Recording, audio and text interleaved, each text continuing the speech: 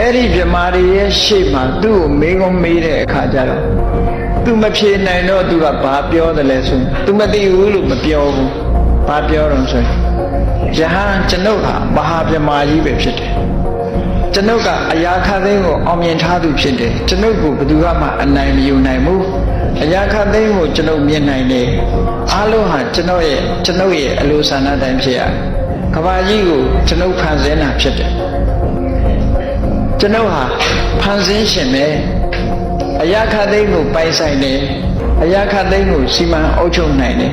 တရားတွေအားလုံးပေါ်မှာဘယ်သူကဘာဆိုတာကိုကျွန်ုပ်ရဲ့ဆန္ဒအတိုင်းကျွန်ုပ်ကဖန်ဆင်းတာ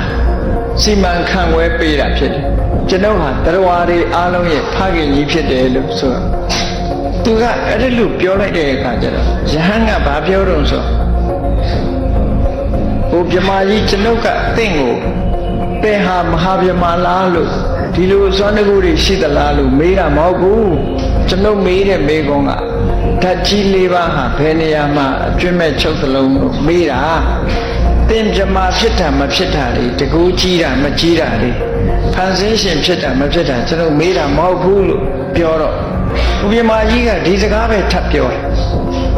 သုံးချိန်တိုင်အောင်ပြောတဲ့အခါယဟန်ကလည်းစွတ်မေးတယ်စွတ်မေးတဲ့အခါကျတော့မဟာပြမာကြီးကယဟန်ကိုလက်မောင်းဆွဲပြီးတော့တနေရာခေါ်သွားပြမာတွေချားတဲ့ကအပြင်ဆွဲခေါ်သွားလိုက်တယ်နော်ဆွဲခေါ်သွားပြီးတော့ယဟန်ကိုဘာပြောတော့ဆိုကိုတော်တဲ့ဒီပြမာတွေကကျွန်ုပ်မသိတာမရှိဘူးလို့သူတို့ကယူဆထားတယ်ကိုတော်ကဒီမေးခွန်းလာမေးနေတာဒါကြောင့်သူတို့ရှေ့မှာမို့မသိဘူးလို့မပြောကြတာဟောပြမာလည်းပဲနော်ကောက်ချစ်တဲ့စိတ်ရှိသေးတာပဲလို့နော်သူမသိတာကိုမသိဘူးလို့မပြောဘူးသူများတွေအထင်သေးမှသူလည်းကြောက်တယ်ကိုယ်သိခါထိန်းနေတာပေါ့သဘောအားသူမသိဘူးလို့မပြောချင်မပြောချင်တော့ဒီကိုယ်တော်ကလည်းအလိုက်ကန်းဆိုမသိသူ့ကိုမေးနေတယ်ပေါ့ဆိုပြမာတွေအားလုံးက तू မသိတာမရှိဘူးလို့ပြောတယ် तू မသိဘူးလို့ပြောလိုက်ရင်အဆက်ကွဲတော့မယ်လေဒါကြောင့်မို့လို့ तू ကတိုးတိုးဒီဟန်ကိုပြောတာ